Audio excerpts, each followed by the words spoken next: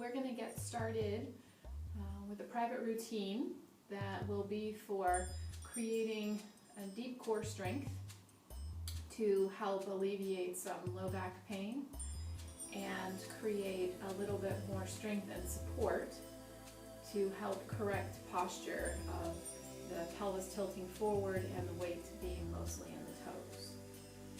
So to get that started, if you will lay down on your mat,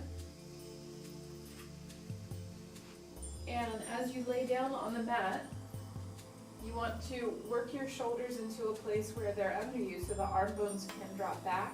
And then notice if that lifts your ribs a lot, and if it does, you want to be able to settle your ribs down while you still let your shoulders drop back. And then let your legs relax. And so this is kind of like Shavasana.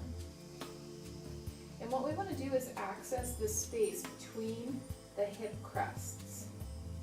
So to access the space between the hip crests, we're going to draw the belly back, almost as if you were trying to tilt your pelvis backward slightly. Draw the belly back toward the floor, and then spin the toes up so that the center of the ankles are in line with the center of the hips and reach through the feet. And as you do that, you'll feel your low belly tone.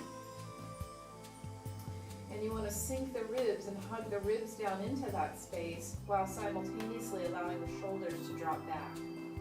So if you were standing in Tadasana, this is how you would want to be standing. We have the floor to give really good feedback, so you can notice the curve of the neck, the curve of the low back, but simultaneously the strength of the low core to keep the pelvis neutral, the strength below the ribs to keep the ribs from popping out, and the activity of the legs. So take a couple breaths here. And then as you exhale, let's relax completely and just let everything go. It's important when we do this, even though the body is working really strongly, to let the breath be free. So we don't want to hold the breath, and you don't want to feel too much effort. So just enough effort to activate the various parts of the body, but not so much that you feel stressed out and tense. So again, we're going to tighten the drawstring, feeling the hips move a little closer toward each other as the pelvis rotates back, and then spin the toes up, reach through the heels, and press through the big toe mounds. Let the arm bones drop back.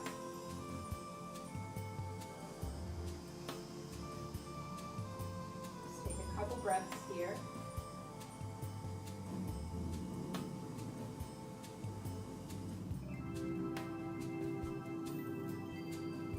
And on your next exhale, then go ahead and relax everything. We'll do that one more time. Really what we're trying to do is just build this technique and awareness of the space between the hip crests and the way that the drawstring tightens. And then we want to bring that into our poses. So one more time.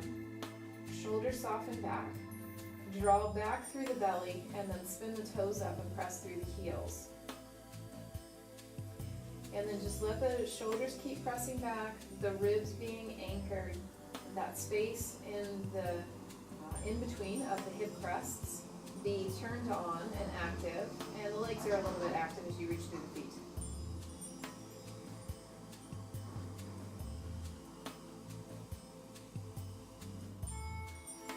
And then exhale and release. And then walk the feet in and roll to one side, and then just press yourself up and come around into tabletop. So we're going to start to apply that technique against gravity now. You want your shoulders to be over top of your wrists. If you need a little more space for your wrists, you're going to walk them just slightly forward. And you want your hips to be over top of your knees. Now if you're not so strong in the drawstring, what's going to happen is when you get here, you'll sag toward the floor. And so what we want to do is tighten up the drawstring, and when you do that, you'll notice the difference between the sensation of your sitting bones winging up and fanning up toward the sky and reaching back toward the wall behind you when the drawstring is engaged. So keep that action going. We're going to bring the left knee slightly toward the center, stretch the right leg back, and lift the heel. Now the tendency is to roll the hip way up, and you can notice how there's a unevenness across my hips. So So we want to even the hips, tighten the drawstring, and even lift up a little bit in the space between the shoulder blades. Reach back through the heel. This is level 1. If you find it hard to keep the drawstring engaged here, this is where you're going to stay and work until it feels comfortable and easy. Level 2, you're going to extend your left arm forward and try to bring your arm up alongside your ear to really activate the upper back muscles and breathe a lot of breath. So your balance will be challenged, but you're going to keep lifting through the drawstring, pressing through the foot. And then as you exhale, let's come back down into tabletop. Good, and then we're going to do the other side. So the right knee comes slightly toward the middle just to give a little extra balance. Left leg goes back and then lifts. Again, if you twist the hip, drop the hip down, and then if you're sitting bone span up, pull in through the drawstring. Reach back through the heel, and then extend your right arm forward and try to lift it up toward the ear so that it's not falling toward the floor and you're really starting to strengthen the muscles of the upper back. And then notice if you start to sag and pull the drawstring in. And then as you exhale, let's return down to tabletop. And give the hands a rest by taking the knees wide. Press the hips back, spin the palms up, and then let the forehead drop toward the floor. Let the breath be really full in the back side of the body now.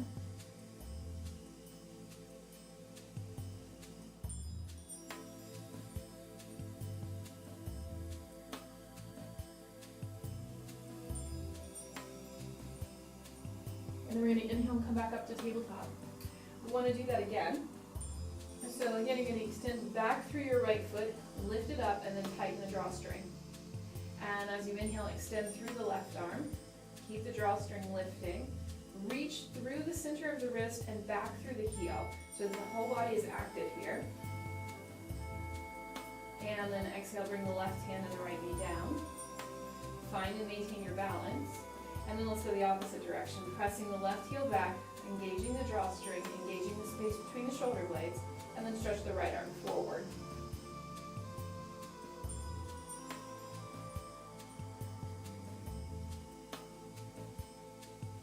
And then as you exhale, again, we're going to bring the hand down and drop the knees and press the hips back. And in the child's pose, spin the palms up, release, relax.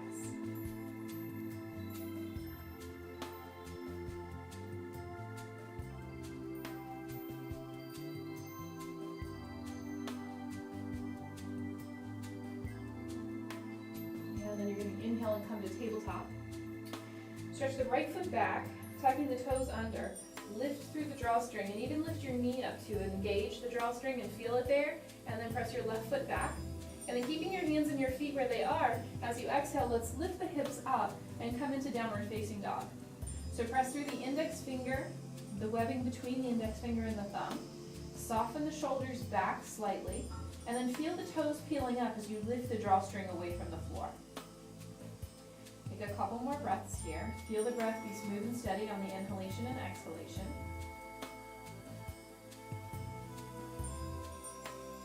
And then as you inhale, let's come out into plank. In the top of a push-up, shoulders over the wrist.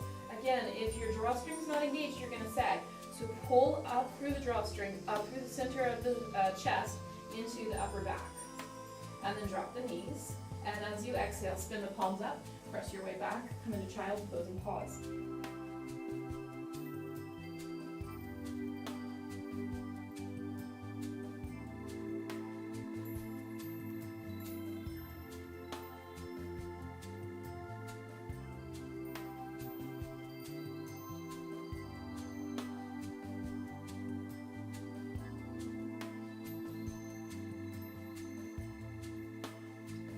And then inhale and come back up. We're going to bring the forearms onto the ground this time, step the feet back, and lower the hips down onto the floor. So again, in this pose, when the drawstring isn't very tight, you're going to feel a lot of pressure in your low back, and so we want to really build that in. So you're going to press down through the tops of the feet, down through the hands and elbows, and you're going to try to lengthen your tailbone longer and scoop out the belly as you come up. So this is a Sphinx roll-up. So we're rolling up out of Sphinx pose to really engage the belly. And this is that drawstring area right between the hip crests. We're really pulling up into that and embedding the bottom ribs down into the body as well. Take another full deep breath in. And then as you exhale, slowly lower yourself down. Keep a little bit of activity on the drawstring. Spin the elbows out. Stack the hands and let the forehead come down and rest on the hands. Maybe even shake the hips a little bit from side to side.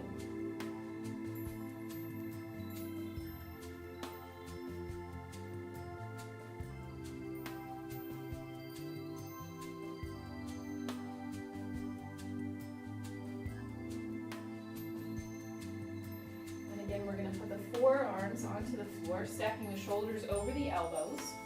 Squeeze through the drawstring, press through the tops of the feet, then lengthen the tailbone and roll yourself up.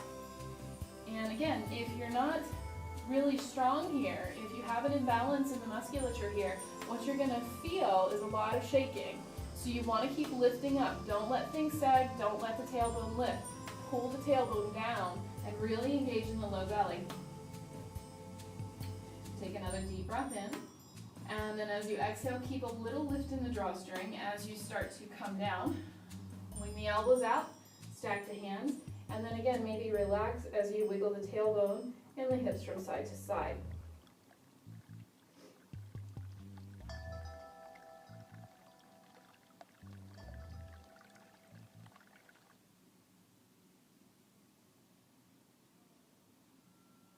And then from here, you're going to bring the shoulders underneath, the hands underneath your shoulders, tuck your toes, press down into your knees, down into your hands, pull the drawstring up, and then press through the arms to come all the way up in one piece. And then we're just going to sit the hips back again, spin the palms up, child's pose.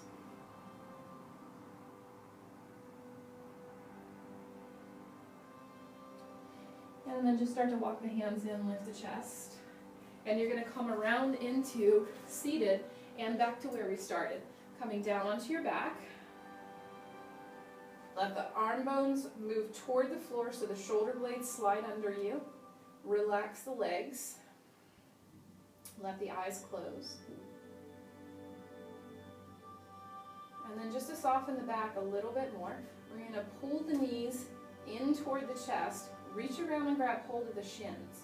And instead of pulling the knees towards you, I want you to pull the shins straight down. So pulling the shins straight down, draw the belly back toward the floor, and just allow for a little release in the low back.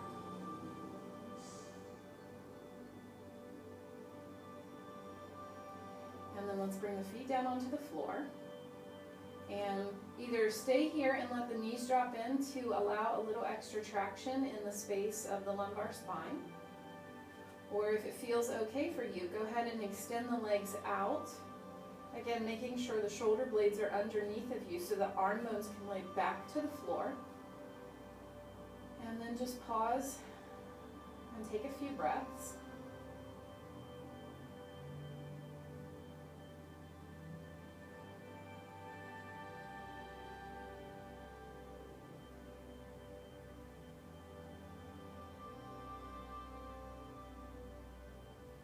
And you can stay here as long as you like or as long as you need by just hitting pause on the video. Otherwise, let's wiggle the toes and fingers to bring a little bit of vitality back into the body. Now start to walk the legs in and then roll to one side. Press down into your hands, come all the way up to seated. And then just pause for a moment in seated. Let the spine lift.